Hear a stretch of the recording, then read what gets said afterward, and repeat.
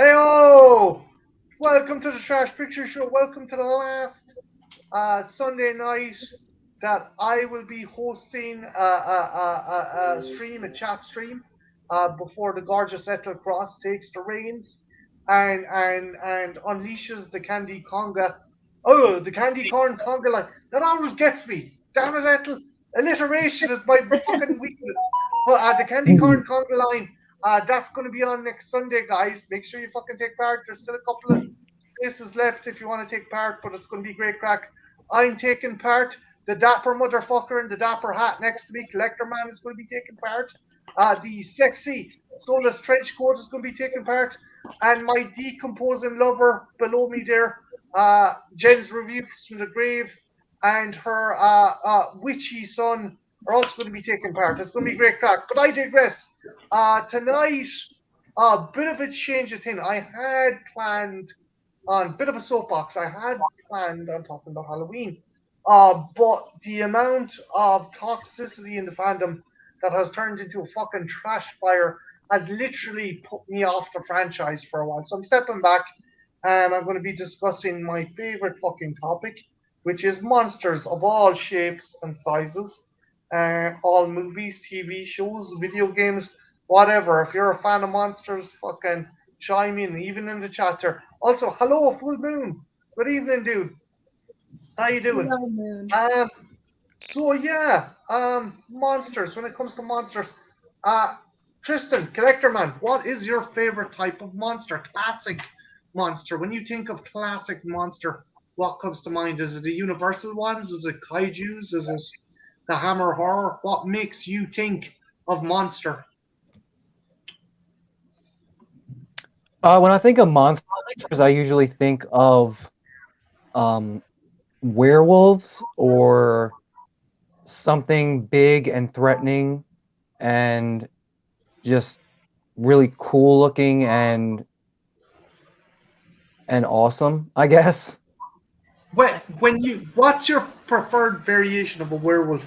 Are you a fan of the wolfman, the bipedal creature? Or are you something more quadruped? Do you prefer something more quadruped and beast-like, say, like an American Werewolf in London? Probably like American Werewolf in London, but my favorite werewolf movie is Ginger Snaps. I really like. Oh yeah, that's fantastic movie. Yeah, I like the look of. I like how different it looks, and I just like the story of the movie and the actors and. They do the werewolf. It's the creature that initially attacks Ginger. They don't show it as much, and in some shots it's not great, but in other shots it looks really cool. And it's almost vermin-like because I don't think it Yeah. has much in the way of hair, does it? Not really. No, it's almost bald. Yeah, there's something more parasitic, and I think that goes in line with the whole concept of like the curse being an STI. Would you agree with that? Do you think it's fitting to have that design with creature?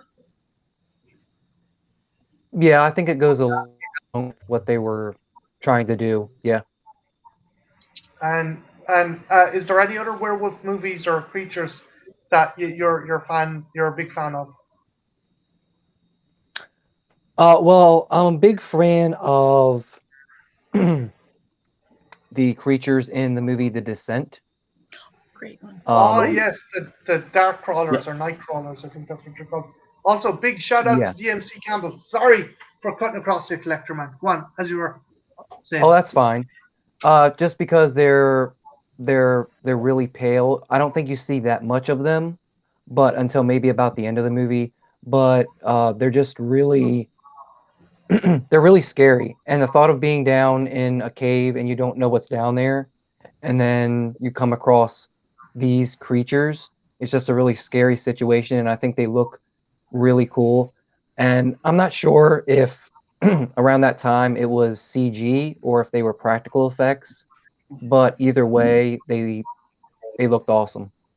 I think for the most part it was practical. There is a scene where what is the Asian friend called again? Saduk. So she's named after the girl from The Ring. She's fending off a bunch of them with a torch, and I think some of them are rear projected, but I think for the most part they are practical. Neil Marshall got the same guys behind Dog Soldiers to do the effects on those creatures. And I like the eyelids as well, how they're blind, because it doesn't matter if Yeah, they can see or not, because they're in the pitch black. yeah, so they can hear really well. Yeah, the kind of the bat like the almost Nosferatu-esque ears. That's a cool design. I'm gonna bounce on Ethel. When you think of classic monsters, what springs to mind? What's the quintessential classic monster for you? Well, I guess I'd have to go with Frankenstein, from the Universal monsters, because that's like iconic. It's like the first one that pops in your head, and it's the monster that's just called monster. Well, I mean, except for when they're calling him Frankenstein, just kind of weird. But hey, it's monster. He's iconic. When we're talking about when we're doing the Universal Monster stream, like it's the fact that you can go into like a Walmart and kids can get the kind of the green mask with the bolts and stuff. It is an iconic kind of thing. Why do you think he's so striking? Why do you think this monster is a tier above some of the other? For you, would you consider it a tier above the other ones? And why do you think it has such a lasting kind of staying power? It's because there's so much that goes into the whole concept. Because, like, all right, you've got a mad scientist, you've got dead bodies, and you've got him taking people's bodies, cutting them up, and stitching them back together to make a new person, which is just really crazy to think about. Because it's like, where did he even come up with that? And then he's bringing it back to life with lightning. So it's like it mixes all sorts of atmospheric things because you've got cemeteries, you've got thunderstorms, you've got creepy castles, and then you've got like all the science junk in the basement. Like it's always it's like it brings a lot to it, and then it's a tragic monster. Like it's a tragic figure. Like he's the bad guy, but he's not the bad guy. He's also the victim. So it's like there's a lot going on. He didn't ask to be in said situation. Yeah. Is there any other creature that comes to mind? Monster creature that comes to mind? Favorite monster doesn't even have to be in this. Doesn't have to be locked down into the realm of horror. Well, one of my favorite monsters is the mushroom people from Matango, like because they start out as zombies, and then like they become full on mushroom guys, and they're giant. Like you got these 7-foot tall mushroom guys chasing you. They got this weird giggly, very creepy. Mushrooms. Jen, if you had giant mushrooms chasing you, how would you feel about it? I would spread my legs. God damn it. God damn it. That one, Marty. Yeah, you kind of did. Dude. I did, yeah. And this is why I'll never be going to a fruit and veg with Jen anytime fucking soon. But yeah, it like is what with those kind of mushroom creatures, what kind of stands out, or what makes it? Well, I was gonna say what stands out, but they're giant fucking mushrooms. But what makes you think they're cool, or what makes you think they're top tier in your eyes, or what makes you like them so much in your eyes? It's weird because it's like a variation of zombies, because like there's these mushrooms. Like I don't know if you guys have seen Matango at all. I have. No, I haven't.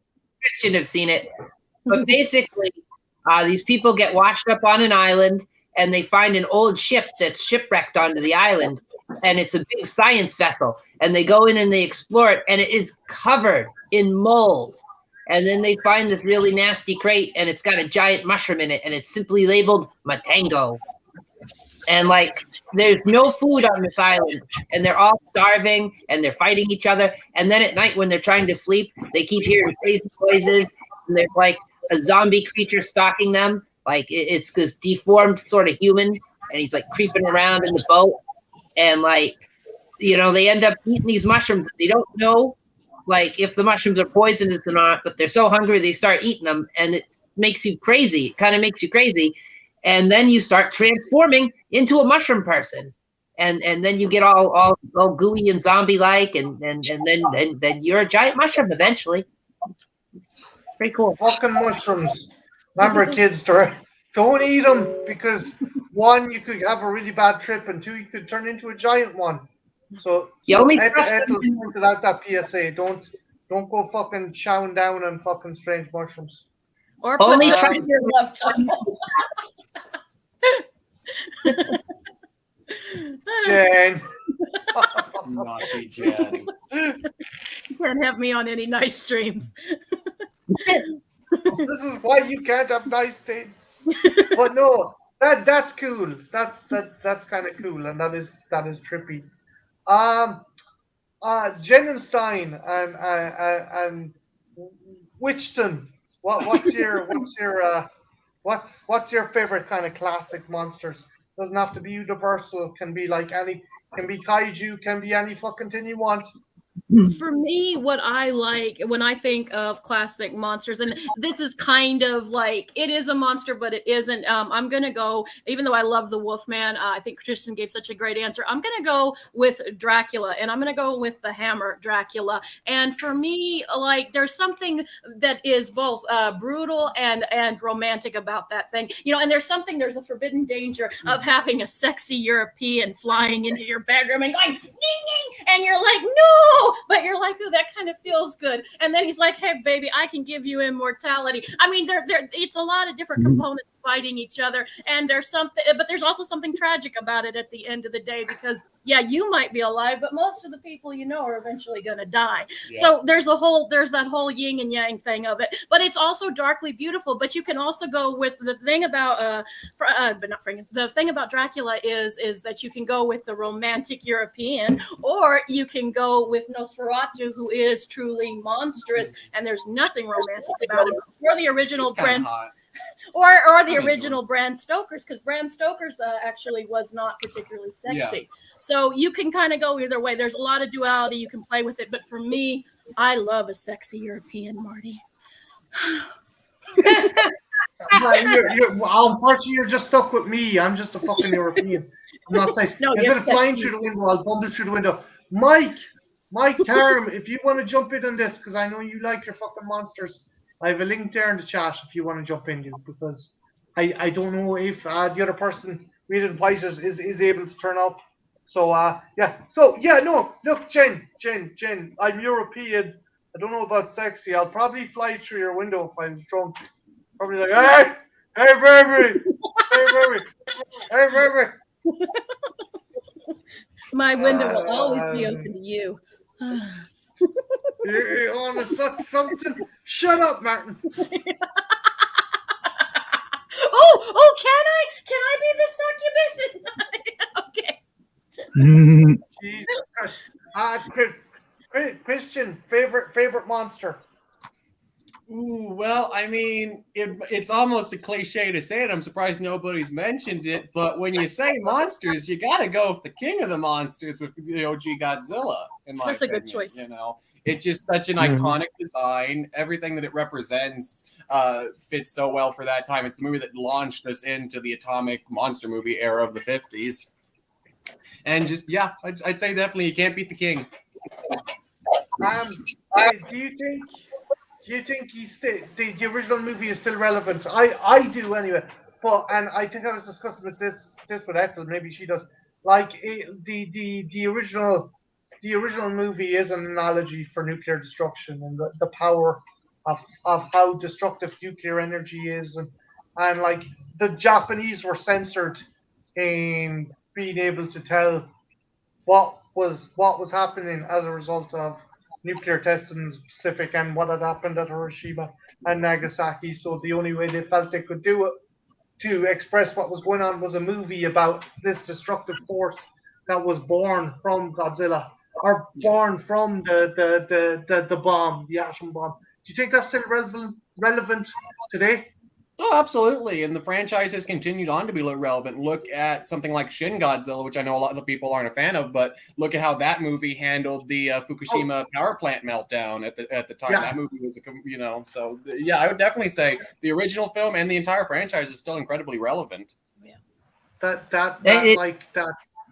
Oh, sorry, Ethel, go on. I was just gonna say, and it's relevant for like so many reasons. There's a nice underlying theme throughout all the movies, at least the early Showa era movies, of unity among man. You know, that it's that's something that Ishiro Honda he put into all his films, is he had that central theme. He's a big believer of that. Yeah, it's like trying to overcome your differences to fight a bigger kind of challenge, or to face a bigger challenge.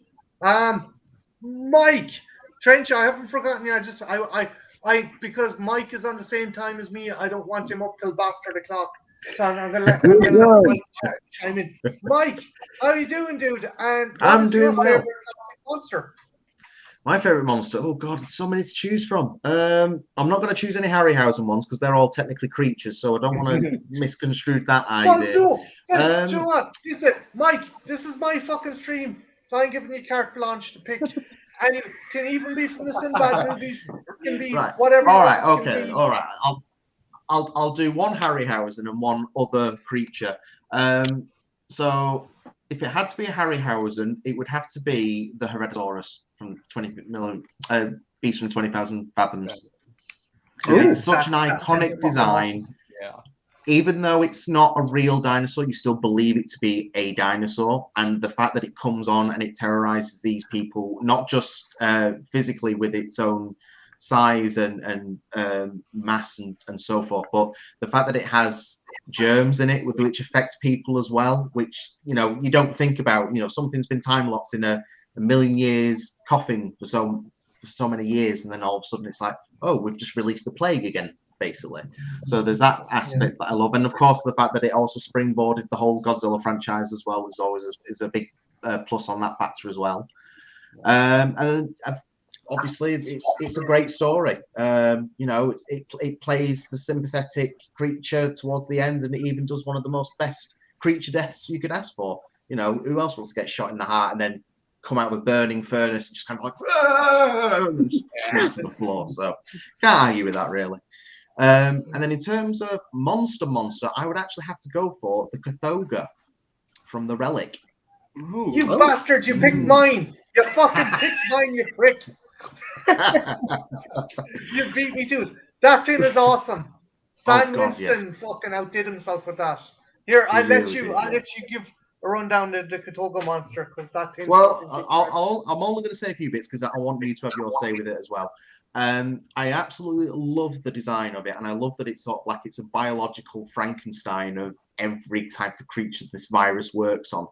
It would be interesting. I kind of wish they did a sequel that they experimented with the virus to show what it changes to other creatures as well, because if it can turn a beetle into the thing that it did, and it could turn a human into the thing that it did, what would it do to a dog? What would it do to a rhino? Hell, what would it do to a crocodile? Just really play on that. What can we do? Turn this into a genetic weapon sort of thing.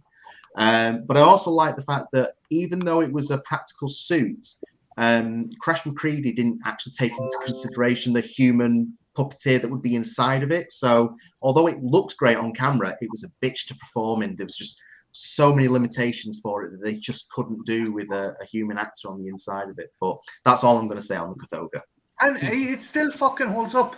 You are dead right, Mike. The sad thing is, have you read the follow-up novels? Because it's based. No, I didn't even know they existed until recently. So yeah, I need to catch up on those. Like the second one is a creature feature one, and the third one is about it's a spy thriller with immortals who are like fucking trying to sell the leaves as a drug. Oh. Yeah, but the Cathoga monster kicks arse. Yeah. My favorite scene, where the SWAT team go down, and you think the last time they made it. Yeah. And he's just like upends like a fucking bottle. What was I going to say? I'm going to bounce now to our regular sex fiend in a trench coat Trenchy, favorite classic monsters. What makes you think of monster when it comes to mind? Obviously the universal monsters, but I also think of like monsters like King Kong and Dem. I love Dem because it's like giant ants. That's cool. I also think of like the Greek monsters from mythology, like the Minotaur or Chimera or Scylla or stuff like that. Those always been cool. They haven't. Yeah, the Harryhausen ones. If you get a chance, like check out Jason and the Argonauts and Yes. check out fuck, I'm not forgetting the other one. Shit. Clash of Clash of Titans. Titans. Yeah, thanks, Mike. I knew if I didn't get it right, you'd fucking come through the screen and back for me. Also, Deacon says, lurking but enjoying the talk so far. Godzilla for life. DMC says, the monster inside the crate and creep show. You mean Fluffy? Fluffy. Fluffy. Fluffy. Fluffy is Fluffy. scary. Yeah. Yep. An American Werewolf in New Jersey, Relic Rules. John says, smiley face, when art imitates life. Yeah, look, the thing is, I think, like, it's, I'm quoting Jurassic Park here now, but like lots of people argue, well, is it a creature, is it a monster? And there's a line in Jurassic World where Henry Wu says a monster is just perspective to a mouse. A cat is a monster, and it's just that's a cool line. It's like, where in the food chain are we? What's its purpose? What's it going to do? And that's why I love monster movies. Like, you can, like Godzilla, you can do so much social commentary, like any good horror, and monsters have always done that and held that. Another roundtable question. I'm going to start with Mike this time. Mike, which do you think is more intimidating? A humanoid monster or something otherworldly that does not have a humanoid kind of shape or proportion? Definitely something that has no humanoid shape to it whatsoever. The best thing I can use as an example is the prawns in District 9. The moment you see them, you immediately feel uneasy, because not only have you got the kind of like they're an insectoid in shape and the overall skin and such, but their body language isn't human, and that makes them that little bit more disturbing to watch. When you see something like, say, the Gill Man from the absolutely fantastic Creature from the Black Lagoon, it's intimidating because it is scary, but it is just a human figure. You could see that in the jungle as a silhouette and not be terrified by it. You only become terrified when you just see it in the light, whereas something like the prawns, regardless whether there's light or not, you will be terrified by them because of the way they move, the way they speak, the way they kind of like interact with things. Even just their physical presence is intimidating enough. Yeah, the reverse joint on the leg and stuff. That's it's as you said, the insectoid look. Jen's cat's ass. Which do you think is more? Which do you think is more intimidating or terrifying? A humanoid-like monster or something that does not have the kind of proportions or dimensions or look of something from our kind of our species?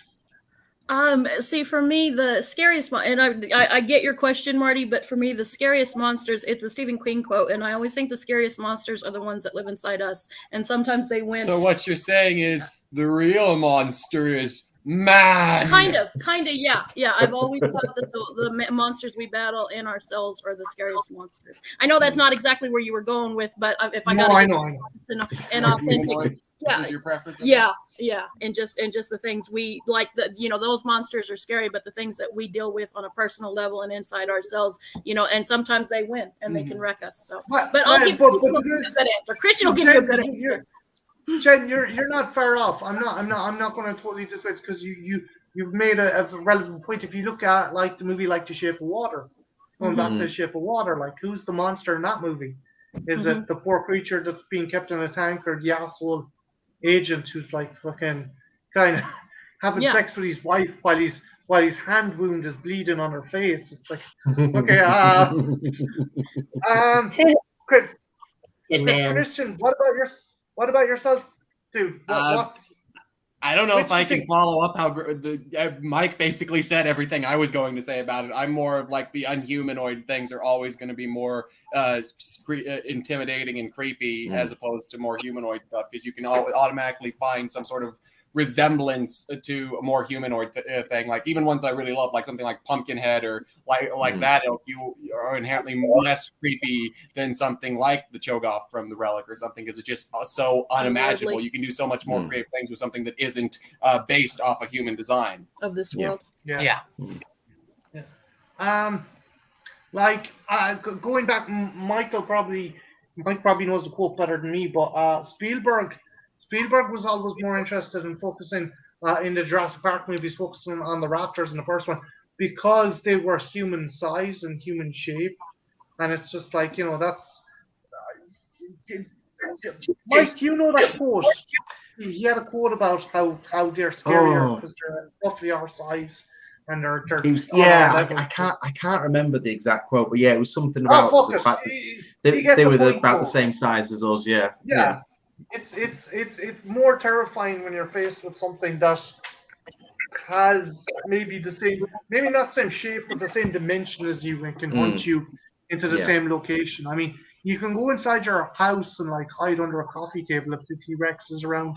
Chances are it's just gonna fucking sniff at the windows, but a raptor will try and, they'll fucking try and open the door, scientific or not, and come in after you. But they can talk. Trench, Yeah. yeah, They can get on planes do you and remember? say Alan. Do you remember in the Critic? Do you remember the Critic? You can't lock the raptor in a closet. It's too smart. And he starts shaking the door. He puts the newspaper under it and gets the key. But, Trench, what about you, dude? Humanoid monsters or unshapely kind of creatures? Which do you think is more scary?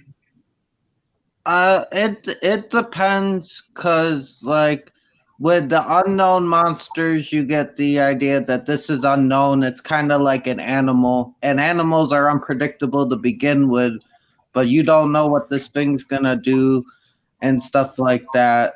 But like with a human monster, like especially something like a vampire, like that's more of a stealth thing. Like you could like literally, they can hide that shit most of the time if depending on the version, and you could end up letting one of them into your house and then you're dead and you wouldn't know. So I guess it depends. They're both scary in their own way.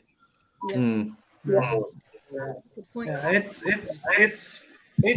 they both have their merits and their pros and cons. Ethel, which you think is more intimidating or frightening? A humanoid monster creature or something that is more beast-like, that doesn't share the same kind of frame or dimensions as a human?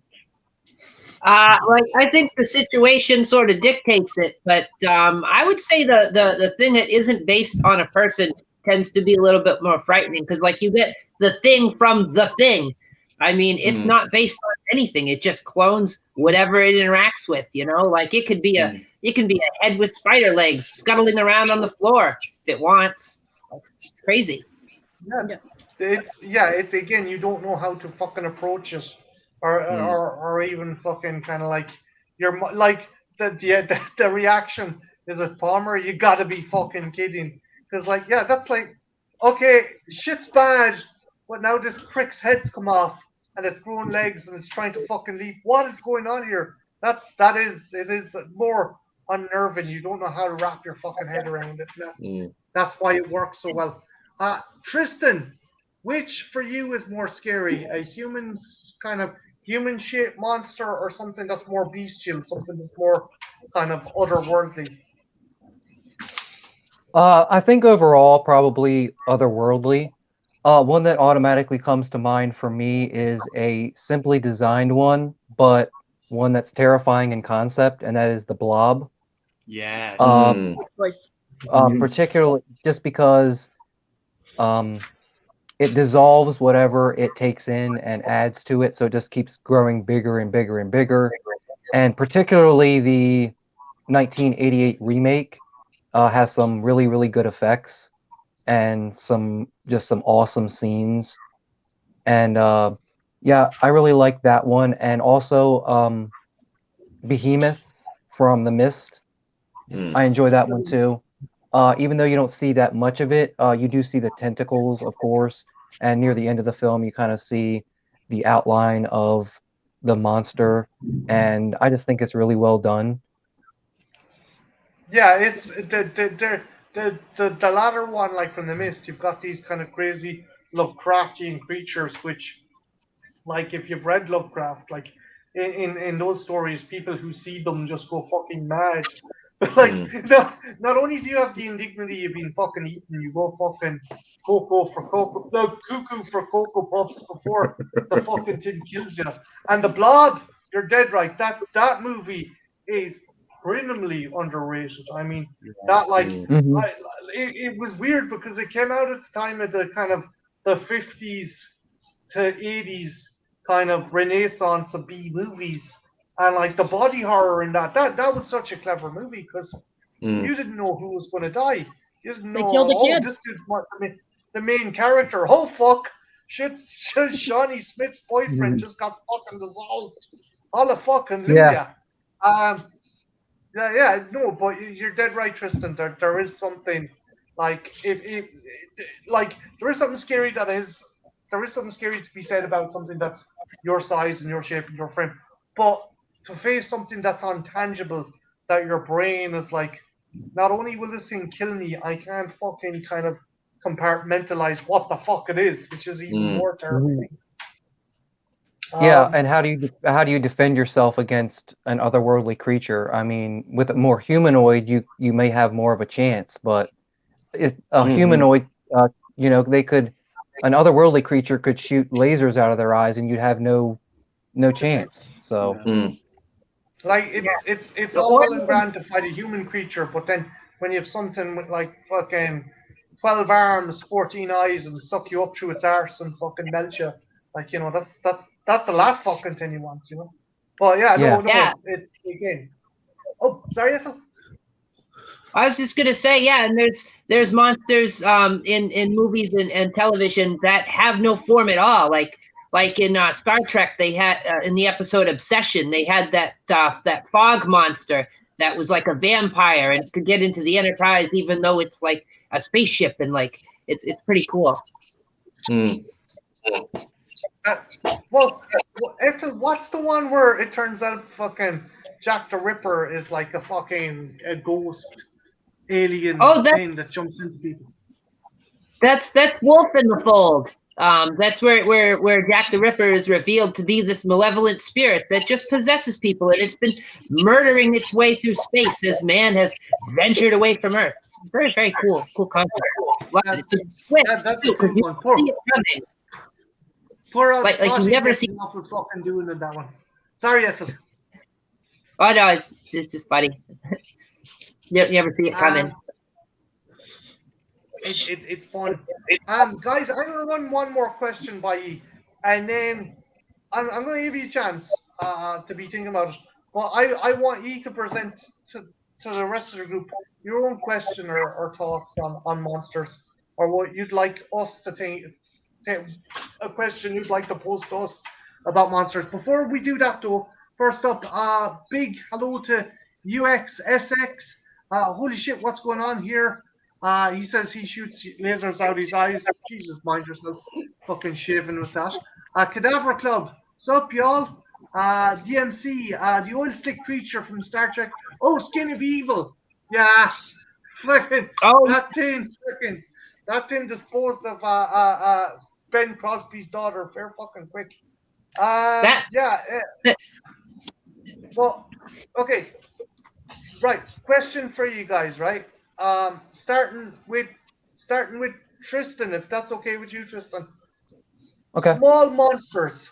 Why? What makes them so popular? What makes the likes of, say, Gremlins and Critters, and to a lesser extent Munchies and fucking other features of that ilk? What do you think makes them so popular?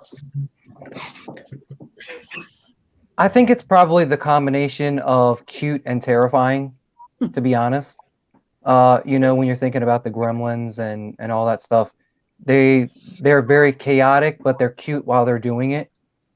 So and even Chucky, you could say, kind of that. Yeah. Yeah.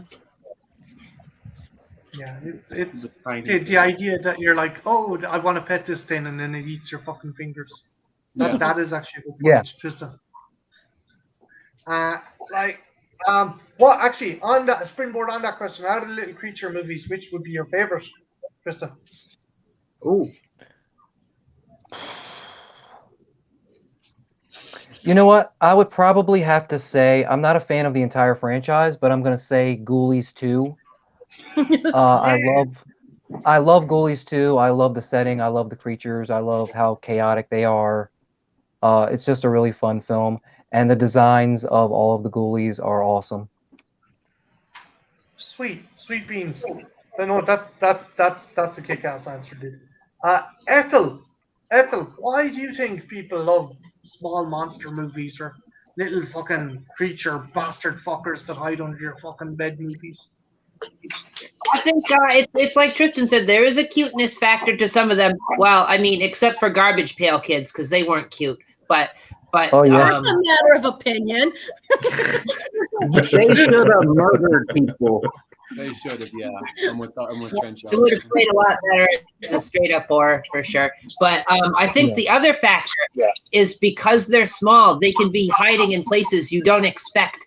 Like they can be underneath the stairs where there's that open space, and they can slice your friggin' Achilles tendon while you're walking down the stairs because they're that small. Or they could be in the refrigerator. You don't know where they are. They're in a cupboard. They're in the microwave. Sometimes, as we saw in Gremlins, they get stuffed in the microwave. So there's that fact. That's my grandmother as well. Hiding under the bed with a fucking razor to cut your Achilles tendon. But no, it is like, you know, you go up and you're reaching for the cornflakes and little fucker comes out, fucking stabs you in the face or the eyes. I love. Oh, sorry. Well, I was just gonna say, and they can get you in more compromising positions because they're small. There's a stealth factor to it where they sneak around, you know. Or you have situations where you've got a character that can't really defend themselves, like in Monkey Shines, where the guy's in a wheelchair. Fucking You know? Oh yeah. That was a fucking creepy movie. That made me. I would have belted that fucking monkey off the countertop and put him in the dustbin. But that's just me. But no, Ed's dead right. Mike, what's your thoughts? Small little monsters kind of hiding underneath the bed, stealing your credit card and your fucking electric razor. I can't say that it's something that I often think about. I mean, there's the small and then there's small. Like, I don't find gremlins as terrifying because they are a small, manageable size. Like, if one was to, say, for example, come charging at me right now, I could probably give it a good swing with the foot and it would end up halfway across the field. However, say Del Toro's Tooth Fairies in, I forget the name of the film now. Hellboy 2? No, not Hellboy 2. It was Pan's Labyrinth. No, not even Pan's Labyrinth. Something dark. Oh, Yeah. Don't Be Afraid of the Dark remake. Yes.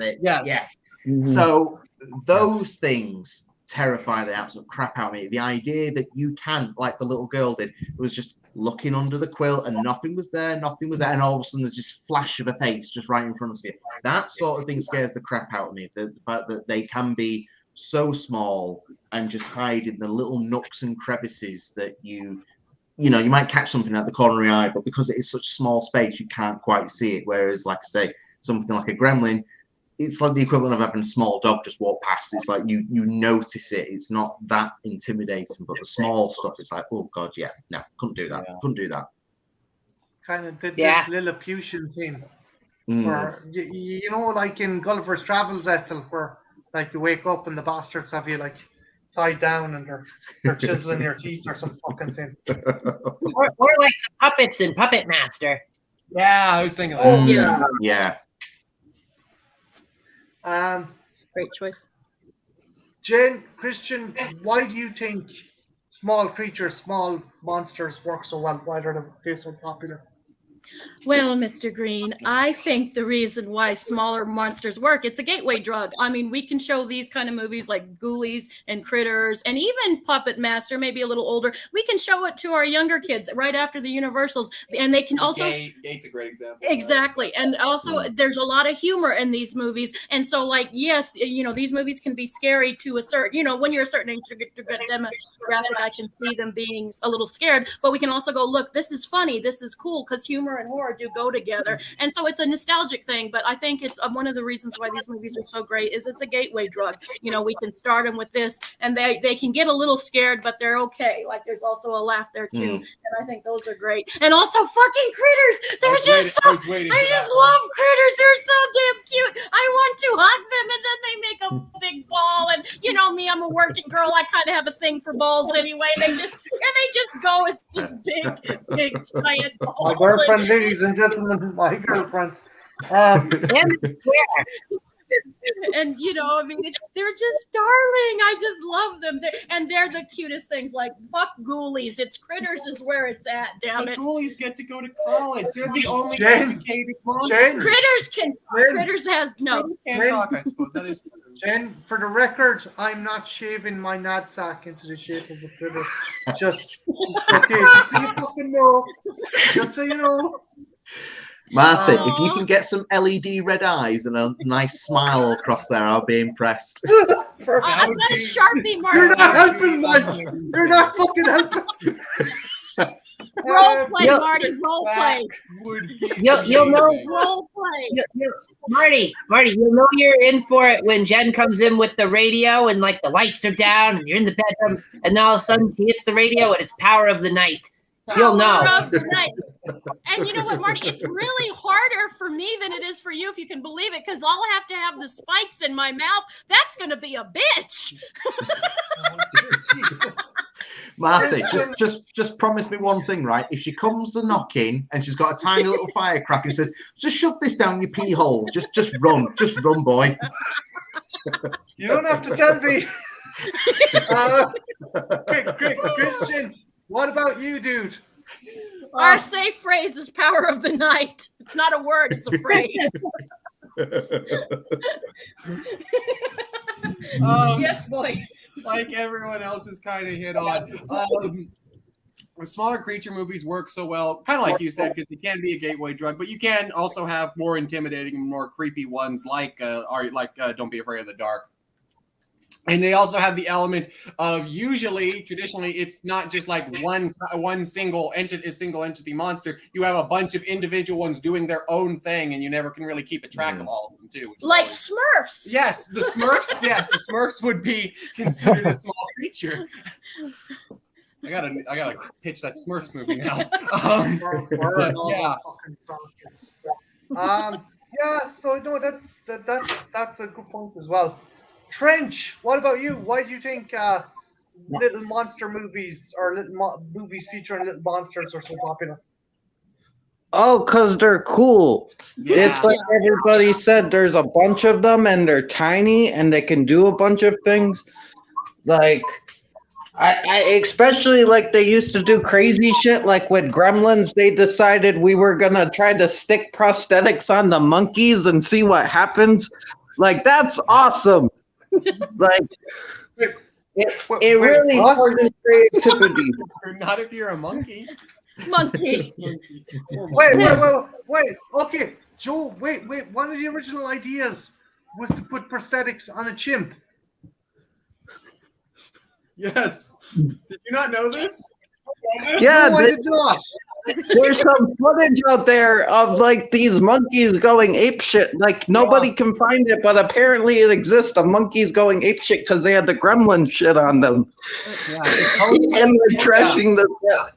Yeah, supposedly Joe Dante has some of the only surviving footage, and he says he's never going to release it. Because Peter would sue his whole. Yeah, that's why he's never releasing it. Yeah, definitely cruelty to animals.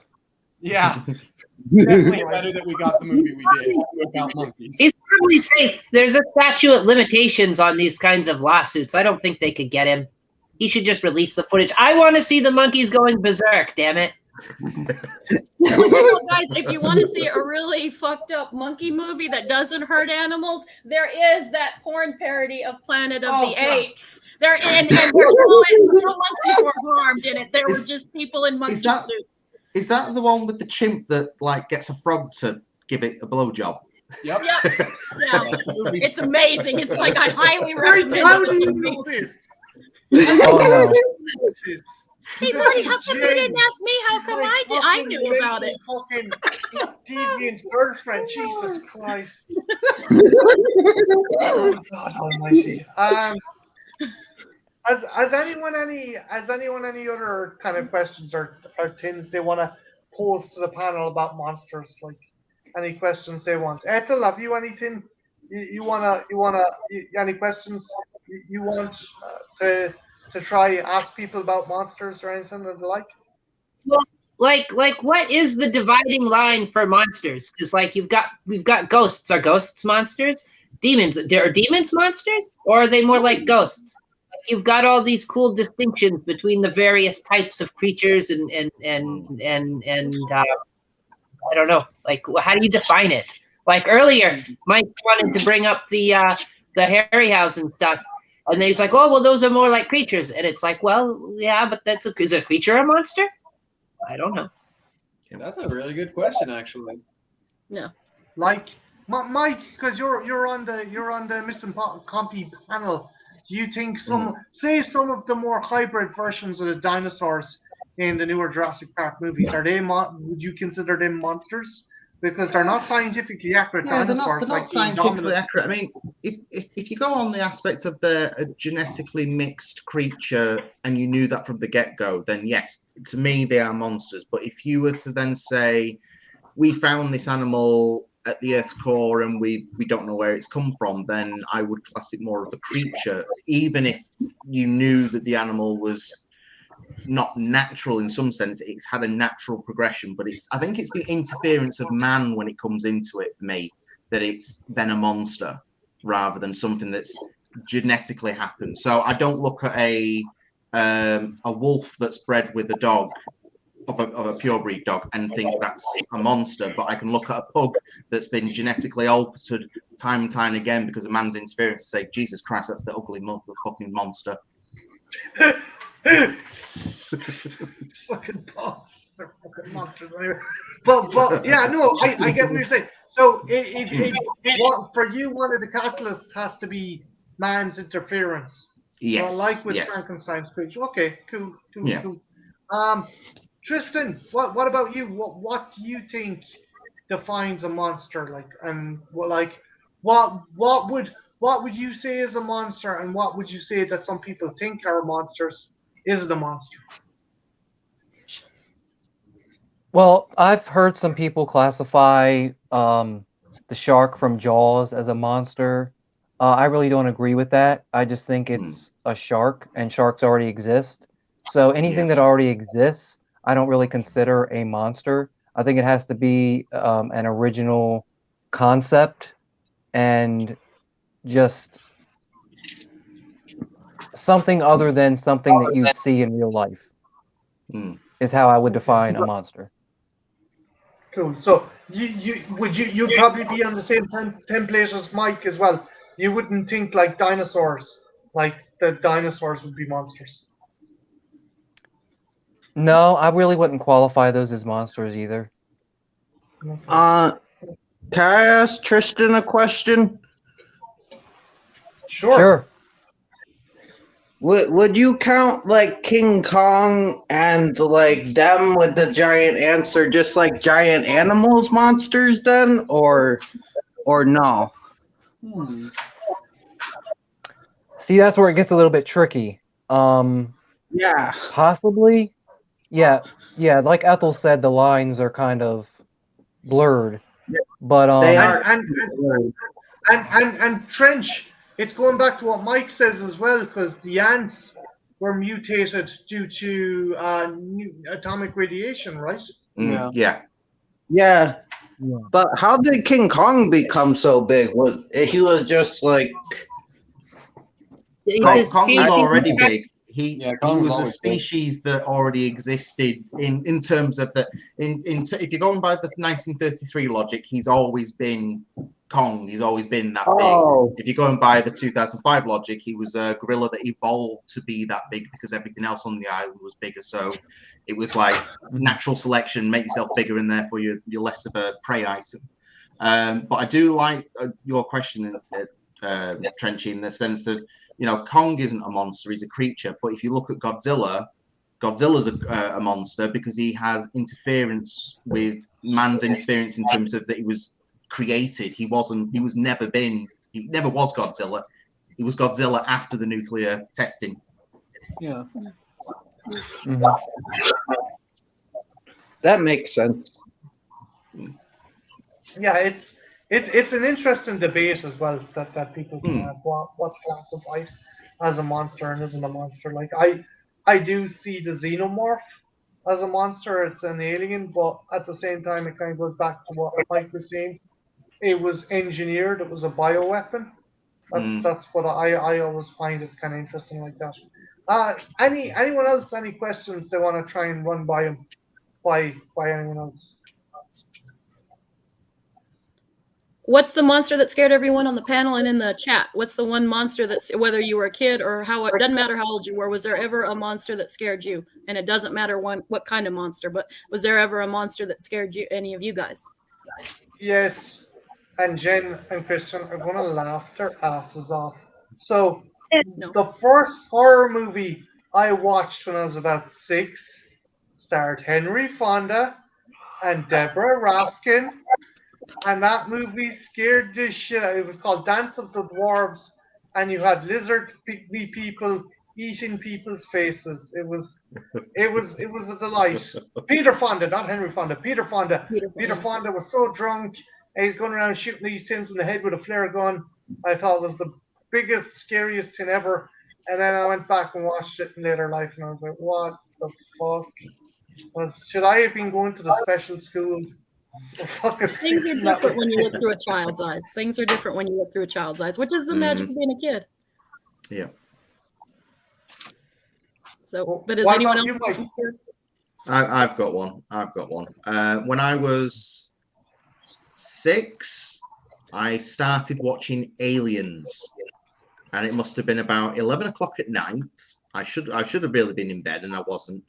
Started watching it, and then managed to get up until the second chest burst sequence in the movie, and then I completely freaked out and probably had nightmares for about a week.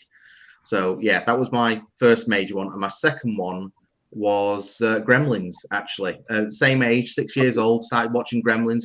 Brilliant movie, and then he jumped into the pool and bubbling water. Oh, I can't deal with that shit. It's like, even now, I see a pool with bubbles coming up from the bottom of it. It's like, I don't care. I can see down to the bottom. There's bubbles there that shouldn't be there. I'm the same way.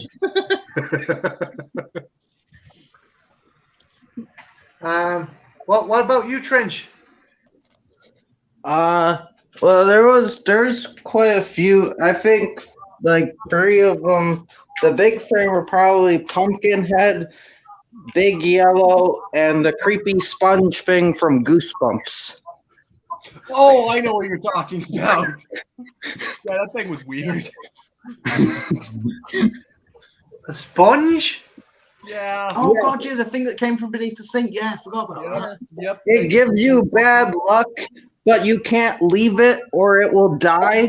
So you're pretty much, or you will die or something like that. So you'll be stuck with bad luck forever. Yep. What was the thing they had to kill it with? Was it like they had to be kind to it or something? Yeah, you had to like, show it happy music and like be like yeah, that's right. That's what it was. That's such a dumb fucking creature. That's so terrifying as hell. It's like, oh, just give it love and kindness and it'll die. It's the weirdest way to kill a goosebumps. That reminds me of the trolls from fucking Ernest Scared Stupid. Yeah. Yeah. Yeah. Also, actually, before we go on, can someone in the chat tell me if Miak is a real fucking substance? I can! I also went on a mental breakdown deep dive to find this out. Yes, it is. It is a weird off-brand from like, I think it was Turkey or Yugoslavia. It's like this weird milk yogurt drink that doesn't exist anymore, but existed in the 90s. It's like from Yugoslavia, I want to say. So yes, Miak is real.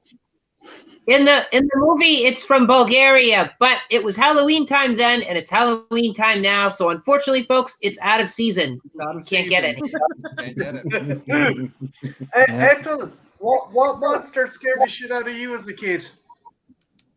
I'd have early on the Frankenstein monster, because I was really young the first time I saw that. But I was the alien got me, like from the xenomorph from Alien. That was kind of scary. That got me a lot. Yeah. Oh, and there was this episode of The Twilight Zone, but I can't quite remember which one it was, and I still haven't been able to find it. But that one got me. Can you remember anything that happened in it or anything? Yeah, there was like a metal guy, and all you saw was his legs. But for some reason, it was scaring me. I don't know. That sounds familiar. Tristan, what monster scared the shit out of you as a kid? When I was a kid, they always showed on TV the movie Tremors a lot, and the graboids really got to me. Yeah. Probably because I've never been a fan of snakes or tentacles or things like that, and the fact that they moved under the ground and they can just pop up and eat you or just come face to face with you. It was a scary film for me at the time. And also the Crypt Keeper, because my dad used to watch Tales from the Crypt. Oh. And but I was scared when I was a kid of the Crypt Keeper, but of course now I love it. That opening was scary when that skull fucker came out of the fucking casket. You know what I found out about that recently? Do you know there's an actual song for the Crypt Keeper, the Crypt Keeper rap, and there's a music video for it as well. Oh my God, it's my favorite Halloween song now. Yep, I love the Crypt Keeper rap. It is like the most 1992 thing ever. Oh God, yeah. I'll tell you something. It shits all over the Freddy Krueger rap. I was about to say, which one's better, the Krueger rap or the Crypt Keeper rap? And there's a Christmas album he did too. There was a Christmas. Yeah, there was the Crypt Keeper Christmas album, and there's also we cannot forget the Maniac Cop rap. Yeah, there's that too. Oh, well, what? Yes. Wow. There's a rap about the Maniac Cop. I think it was from part 2, but yeah, there's a Maniac Cop rap. It's actually legit pretty good. Okay, Christian, the only thing that would make that fantastic, absolutely A+, is if Tom Atkins and Bruce Campbell perform it together. Sadly, they do not. Tom Atkins is in the music video though for it.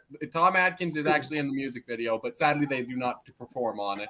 Yeah, I'm gonna check that out. Big shout out to Phil's Creepy Videos and Ben Grimm. Thanks for joining us. Any other questions there, guys? Any other things any other monster questions that you want to check? Tristan, have you any questions about monsters that you want to pose to the panel?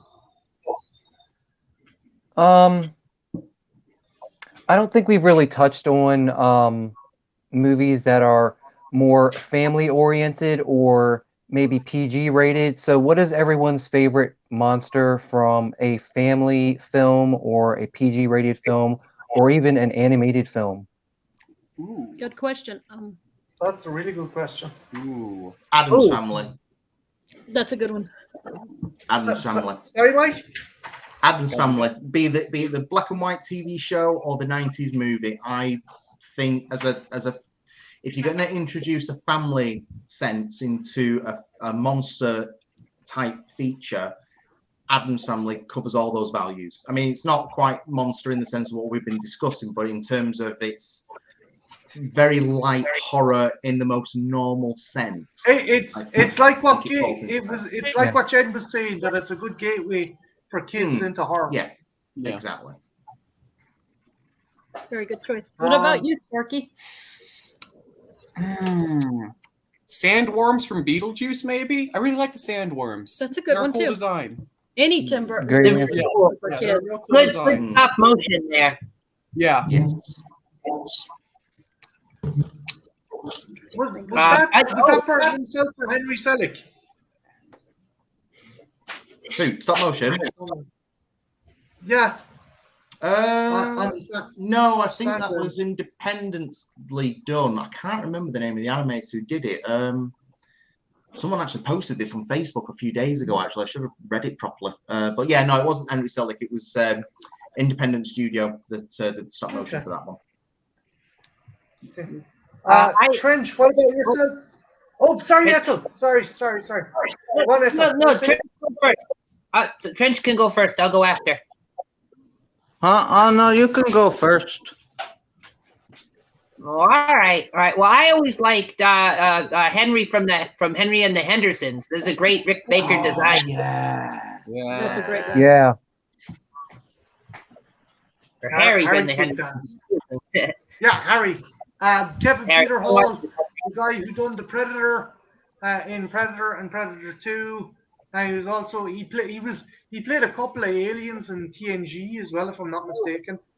And he also played another alien hunter in a terrible movie with Jack Palance called Without Warning. Without Warning. Matt Oh Landau's in God, it. yeah. Yeah. Yeah. That's a movie. It's not a good one, but it's a movie. Yeah. But This might be yeah, a no, Trench, what- Ghostbusters. Slimer. Mhm. Trench, Huh? what was your? Oh, I always loved the Gremlins, but an underrated one for me is the two-headed thing from the R.L. Stein movie. Don't think about it. Yeah, Good that's a one. good one. Yeah. Don't know if I've seen I that forgot one. about that movie. I forgot about that movie. Yeah.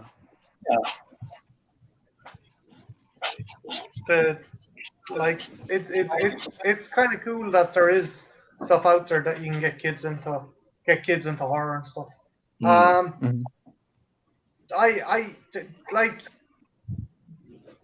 What do you think if Tristan if Jane asked for a recommendation for Jake to watch something, what would you recommend? What would I recommend? Mm-hmm. Yeah, I would recommend The Neverending Story because there's a lot of. It's supposedly, a movie for families and kids, but there are a lot of scary things in that movie. Of course. A horse. Particularly Gamork, who is Gamork, the wolf who is trying to kill Atreyu before he can stop the Nothing. And yeah, that's just a really great movie, and it's full of really weird stuff, but really great stuff and awesome practical effects, like the best practical effects from an 80s movie. And yeah, Falcor looks great. Yeah, I would recommend The Neverending Story. Choice. I'd have to go with because I love the fucking series. I love the movie. My friend got me into the movie, but I think the series improved upon the movie. The Dark Crystal. Yes. Yeah. Watch Yeah. the That's a Dark good Crystal one. series. Getsies. And just the hunter. Like I done me and my friend done a mock trailer of using segments from the Dark Crystal series and redone the Predator trailer using the hunter from that as the Predator. It turned out really fucking well. But yeah. Yeah. Yeah, I guys, I'm probably gonna round it off here while it's short and sweet. Unless there's anything else you guys want to bring up. I'm gonna give 15-20 minutes for people to plug their stuff if they want. Or is there anything else, Christian? Is there anything you want to bring up via Monster Topics or? No, can't think of nothing. Okay, I think I might start rounding it down here. Tristan, Collector Man, the dude with the awesome hat. What is next on the itinerary for you, sir? Well, I have a few more special videos for this month. I have another Fright Film Facts video coming I up. love those. Those are great. Thank you. I think I have another Hallow Reads coming up, and I also have an original song which I may or may not post, and Ooh. the Candy Corn Channel Hop that we all have been discussing, sort of, on Halloween night at 9 p.m. Excellent. Very cool. I hope you post it, Tristan. I love your voice. I love your voice. Yeah, I really Thank enjoy you. Ethel, do you want to give us the lowdown on all the mental shit that's happening from next Saturday to Monday? Yes, I will. So basically, here it is, guys. There are still 7 spots open for the event. It is a multi-channel event. Everybody here, well, Mike's not doing it right, but everybody else here is participating in this event. And basically, what you do is I have a big list of time slots, and it all kicks off on the Devil's Night at around 1 p.m. Eastern Standard Time. And it goes all the way through the night, all the way into the morning on Halloween, all day long, and then all night long into the morning on the Day of the Dead. And basically, you do whatever you want. You can do a watch along, you can do a panel discussion like this, or you can do trivia. You can play some music. Some people are doing that, and you could even do film reviews. It's great. And it's basically what you do is you do your thing, and then in the description of your video, you leave a link to the person's video who's next on the list, and you encourage the people watching to follow that link right over to their video or their live stream or whatever it is they're doing. And it's a great way to get everybody sort of working together and collaborating, even if it's in a sort of halfway there kind of way. Cool beans. Mike, what about yourself? Have you any projects or anything? Do me last, because I've got a bit of a info dump to do for the end of this. So let everybody else do their spiel first, and then come on. I'm gonna go right down below Ethel to Trenchy. Trenchy, what do you got coming up, dude?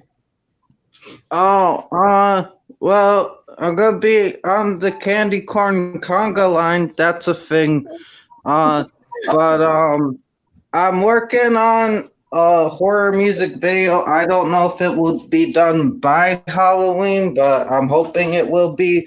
And it is kind of monster themed, so that's kind of coincidental. That works out.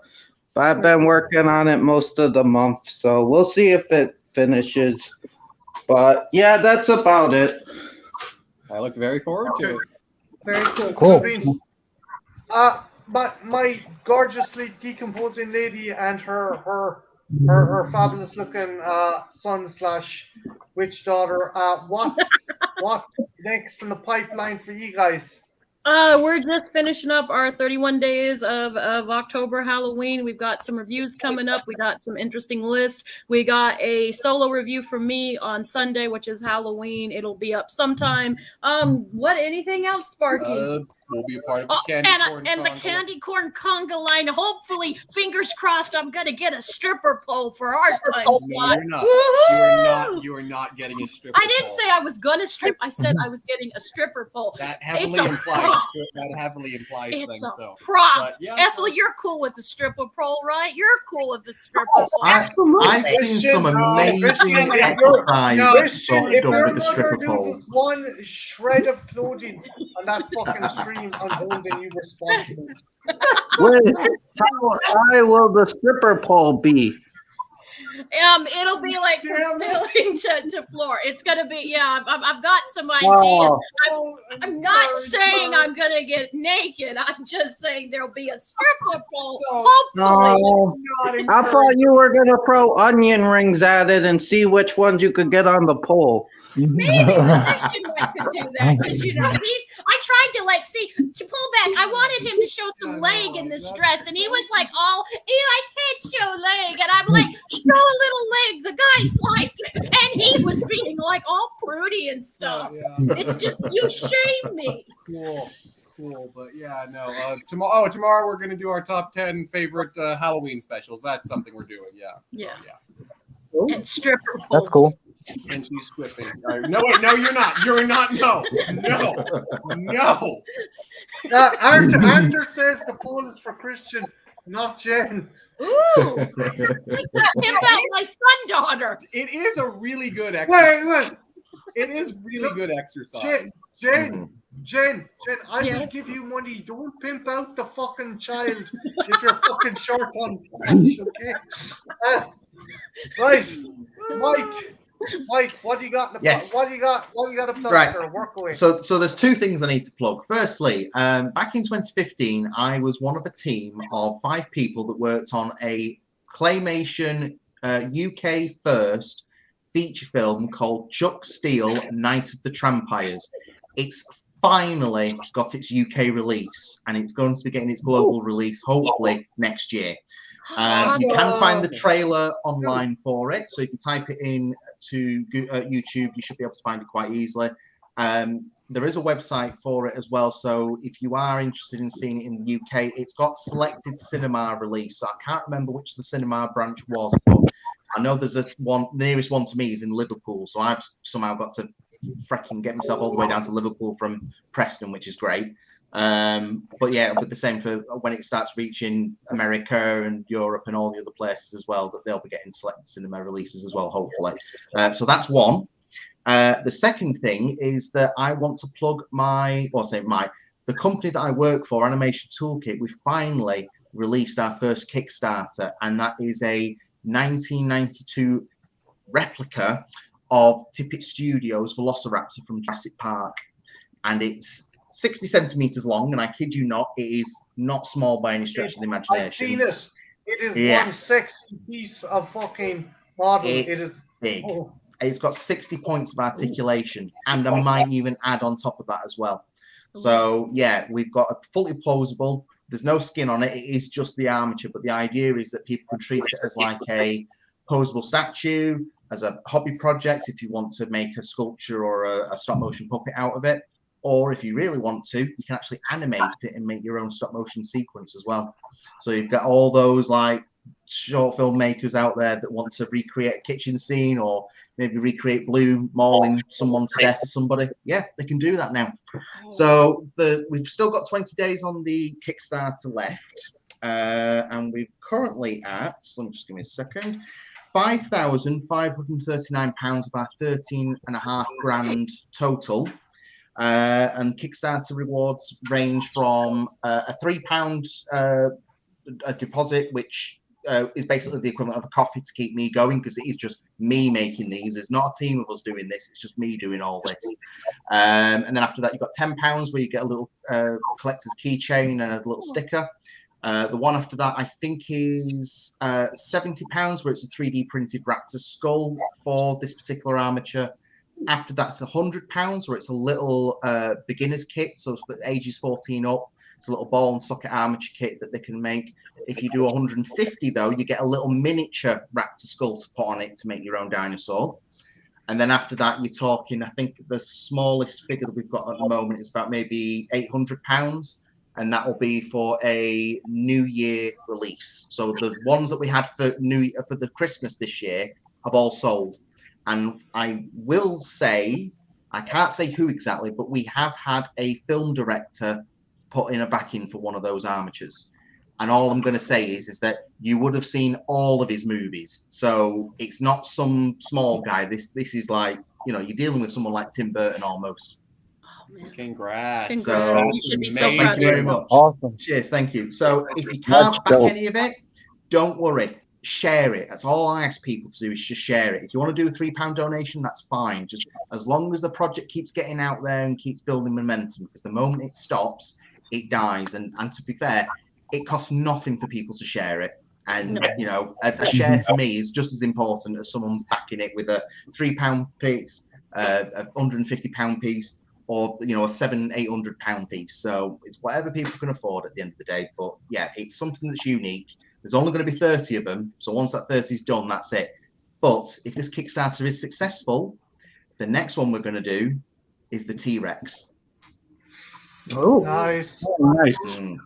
So Awesome. yeah, we are going to be doing all of the stop motion pieces, including at a later date, Terror Dog from Ghostbusters, 1933's King Kong, and maybe, just maybe, a Harryhausen one as well. But we're not. Nice. We're still talking on Yeah. that. Congratulations. Amazing. Mike, I'm going to put a link. I'm going to put a link to the trailer for the movie on the description here. Just Yeah, please do. Yeah. Message me the title so I can go looking for it. I've just dropped it in the chat now, so you should be able to see it. Sweet beans. Big thanks to everyone who participated tonight. I know there was a bit of a last minute change, but thank you so much for coming in. Tristan, you're a legend. Ethel, awesome as always. Mike, I love you, man. You're a fucking legend. Christian, I adore you. And Christian, well, I'm stuck with you because I'm going out with your mother. So yeah. That's Well, I don't know if he gets that stripper pole, he might take his own stuff elsewhere, and then it would be just you and Jen. He's real pretty. He's super pretty. I have a career path forming in front of me. He's so pretty. and Trenchy, you're a fucking legend as always. Big thanks to Kubrick Lover, DMC, Phil's creepy videos, Full Moon, Ben Grimm. We had, I think we had John Steele in the chat as well. We had Jason Callan in the chat. We had a lot of people in the chat. Thanks a million, guys. And be sure to tune in next week when the festivities kick off. It's going to be great crack. There's going to be so many people participating. It is the candy corn. Oh, for fuck's sake. Ethel, help me. I always get the illustration wrong. It's the Candy Corn Conga Line Channel Hop. Very long name, I know. And fingers crossed, guys, I'm going to get some cocaine, so I'm going to be like completely off the walls, and I'm not going to sleep. I'm just going to be off the fucking walls. Like, I'm not going to be restrained and mousy and quiet like I usually am, the wallflower that I usually am. Like I'm you fucking usually are. What the fuck you want about? I'm going to be crazy up in here. I'm fucking cocaine now. Jesus Christ. Pedro hasn't come through for me yet. I'm gonna close it down here, but thanks a million for everyone who tuned in. Thanks a million for everyone participating. Guys, I implore you, next week, before next weekend, fucking give Ethel a shout. If you're interested in doing something for Halloween, give Ethel a shout. It's gonna be great crack. If you're a tiny channel and you're like, oh, these guys are fucking crazy, they'll never talk to me, or I'm not big enough, then fuck that shit. Fuck that. We're welcome as fuck, and I think this is the best way for you to get to know us. And if you want to make new friends, this is another fantastic way to do it. And it's just going to be so good fun. All you got to do is slap a logo on the thumbnail of your video and let Ethel know what the video is about, and also be sure to mention who's coming after you, because if there's someone before you, you can be damned that they're going to tell people that you're next. So fair is fair. You just mentioned who's on after you. So yeah, it's going to be great crack. Tune in, and yeah, that's about it. Guys, thanks a million for coming in, and hopefully I'll see you next weekend. Have a good day. Take care. Bye now. Bye. Cocaine. Bye. Cocaine. Cheers. No cocaine.